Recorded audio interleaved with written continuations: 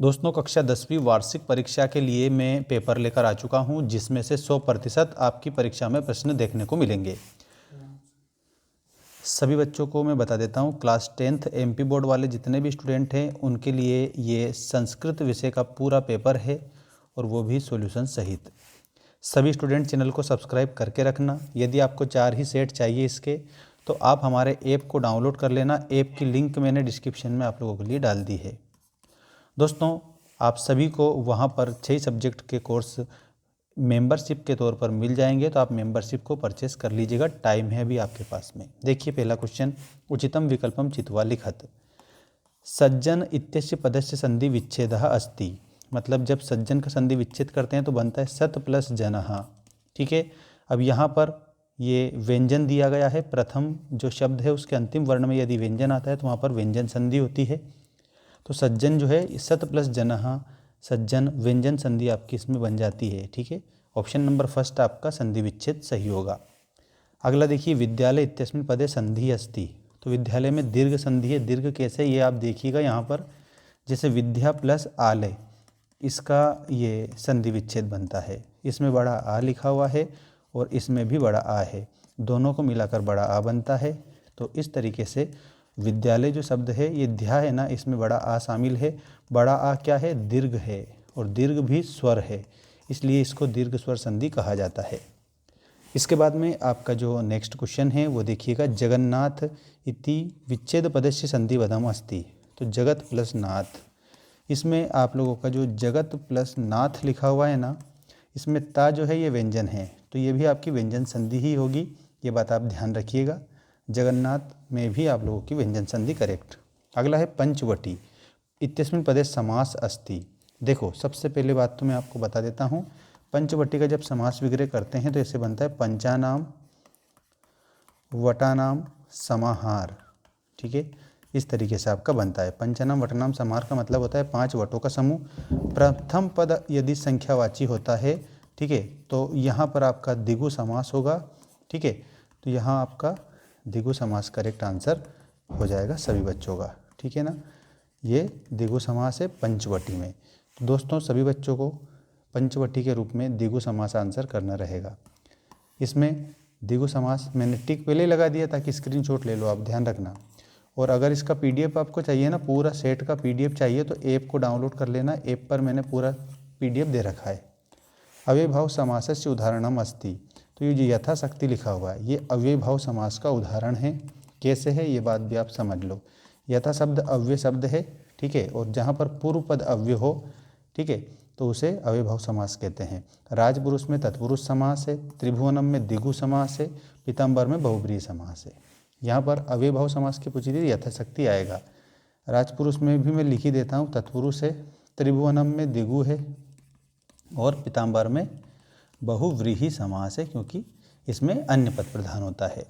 पापात मुक्तः इत्यस्य पदस्य समास। तो इसमें पाप मुक्तः मूल शब्द बनेगा, पापात मुक्तः, ठीक है, इसका विग्रह बनता है।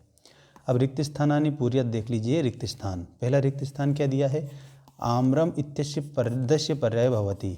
तो आम्रम का रसालम आप लोगों को लिखना है, जो कि मैंने पहले ही आपके लिए लिख रखा है।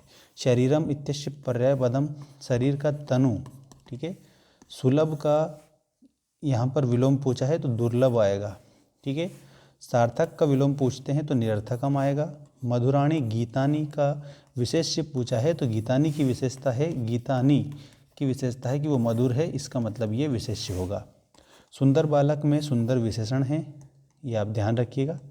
और एक पदेन उत्तरम लिखत वाले क्वेश्चन देखिए।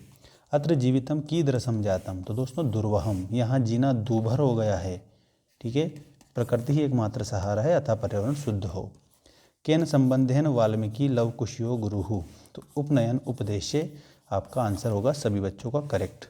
अगला देखिए, पठितवान इत्यस्मिन् पदे का प्रत्यय। तो कतवतु, इसमें पठितवान में आपका प्रत्यय हो जाएगा, ये कतवतु प्रत्यय सही उत्तर। नेक्स्ट देखिए, गंतुम इत्यस्मिन् पदे का प्रत्यय। तो गंतुम में तुम शेष बच रहा है, तुमुन प्रत्यय आपका होगा, ठीक है। चाहे गंतुम हो, पातुम हो, श्रोतुम हो, हसितुम हो, सब में तुमुन है यहाँ पे। वर्तमान में आपका सानच प्रत्यय आपका आंसर इसमें हो जाएगा। और सर्वदा सर्वकार्येषु का बलवती, तो बुद्धि ही, सभी सब कार्यों में बुद्धि बलवती होती है, ठीक है, मतलब कि इंटेलिजेंस। इसके बाद में अगला जो इसमें क्वेश्चन है वो आप देखिएगा, ये शुद्ध अशुद्ध वाक्य वाले क्वेश्चन आ चुके हैं इसमें।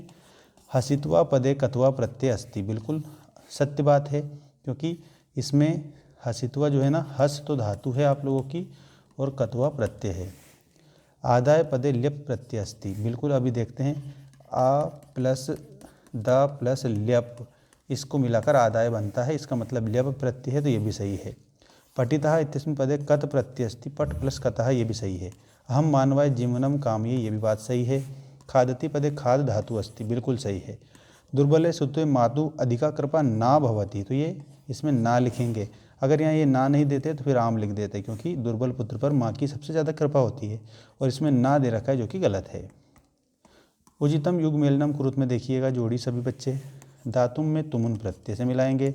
निर्मलम के आगे दूषितम लिखना है, वनम के आगे कांतारम लिखना है। अच्छा, कांतारम भी होता है और काननम भी होता है, याद रखना, काननम इस तरह से भी होता है।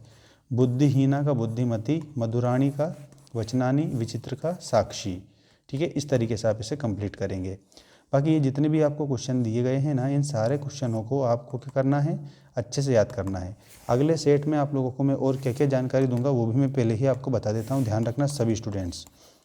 टॉप आपको 30 क्वेश्चन का एक मैं वीडियो बनाकर आप लोगों को बताऊंगा, जिसमें से आपकी एनुअल एग्ज़ाम में 100% आपको क्वेश्चन देखने को मिलेंगे। तो जो आपका पेपर में प्रश्न आते हैं ना, वो सारे के सारे ऐसे इंपॉर्टेंट क्वेश्चन जो आईएमपी क्वेश्चन है वो मैं आपको बता दूंगा, ठीक है। तो आप अच्छे से उसको कंप्लीट कर लेना सभी बच्चे, और ऐप को डाउनलोड कर लेना, लिंक डिस्क्रिप्शन में दे दी।